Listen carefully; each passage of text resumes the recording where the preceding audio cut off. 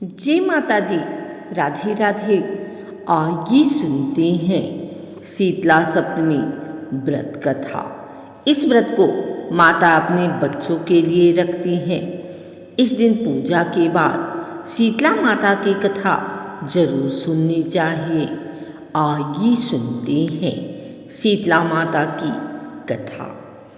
एक गांव में ब्राह्मण दंपत्ति रहते थे। उनके 2 बेटे थे और दोनों की ही शादी हो चुकी थी। उन दोनों बहुओं को कोई संतान नहीं थी। लंबे समय बाद उन्हें संतान हुई। इसके बाद शीतला सप्तमी का पर्व आया। इस अवसर पर घर में ठंडा खाना बनाया गया। दोनों बहुओं के मन में विचार आया कि अगर हम ठंडा खाना खाएंगे तो बच्चे बीमार हो सकते हैं। दोनों बहुओं ने बिना किसी को बताए 2 बाटी बना ली। सास बहू शीतला माता की पूजा की और कथा सुनी। इसके बाद सास शीतला माता की भजन गाने लगी और दोनों बहुएं बच्चों को बहाना बनाकर घर आ गई। दोनों से घर आकर गरम गरम खाना खाया। इसके बाद जब सास घर आई तो उसने दोनों बहुओं से खाना खाने के लिए कहा। दोनों बहुएं काम में लग गईं। सास ने कहा कि बच्चे बहुत देर से सो रहे हैं, उन्हें जगाकर कुछ खिला दो।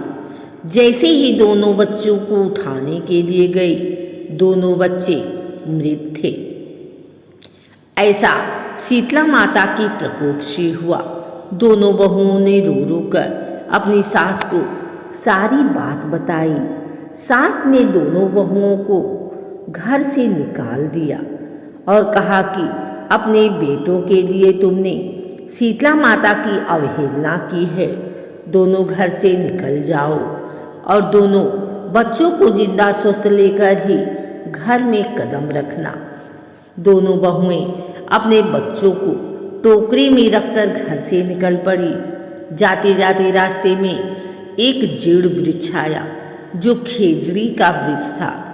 इसके नीचे दोनों बहनें बैठी थी जिनका नाम ओरी और शीतला था। दोनों के बालों में जू थी। बहुएं काफ़ी थक गई थी। वह भी उसी वृक्ष के नीचे बैठ गई।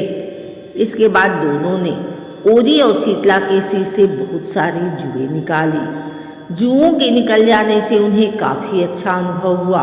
दोनों बहनों ने कहा कि अपने मस्तक में शीतलता का अनुभव किया।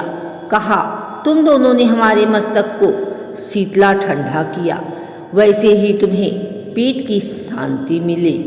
दोनों बहुओं ने कहा कि पेट का दिया हुआ ही लेकर हम मारी मारी भटकती हैं, परंतु शीतला माता के दर्शन हुए नहीं।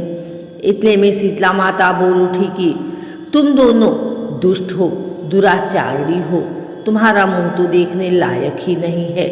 शीतला सप्तमी के दिन ठंडा भोजन करने के बदले तुमने दोनों ने गर्म खाना खाया है। इतना सुनते ही दोनों बहुओं ने शीतला माता को पहचान लिया। दोनों माता शीतला से वंदन करने लगी। दोनों ने कहा, माता हमें माफ कर दो, हमने अनजाने में भोजन कर लिया। हम दोनों आपके प्रभाव से वंचित थे। हम दोनों को माफ कर दो। हम दोनों फिर से ऐसा काम नहीं करेंगे। दोनों के बात सुनकर माता शीतला को उन पर तरस आ गया और उन्होंने दोनों बच्चों को जिंदा कर दिया।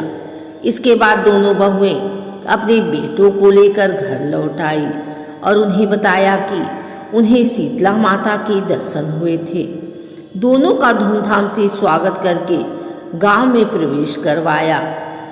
बहुओं ने कहा, हम गांव में शीतला माता के मंदिर का निर्माण करवाएंगे और शीतला सप्तमी के दिन सिर्फ ठंडा खाना ही खाएंगे।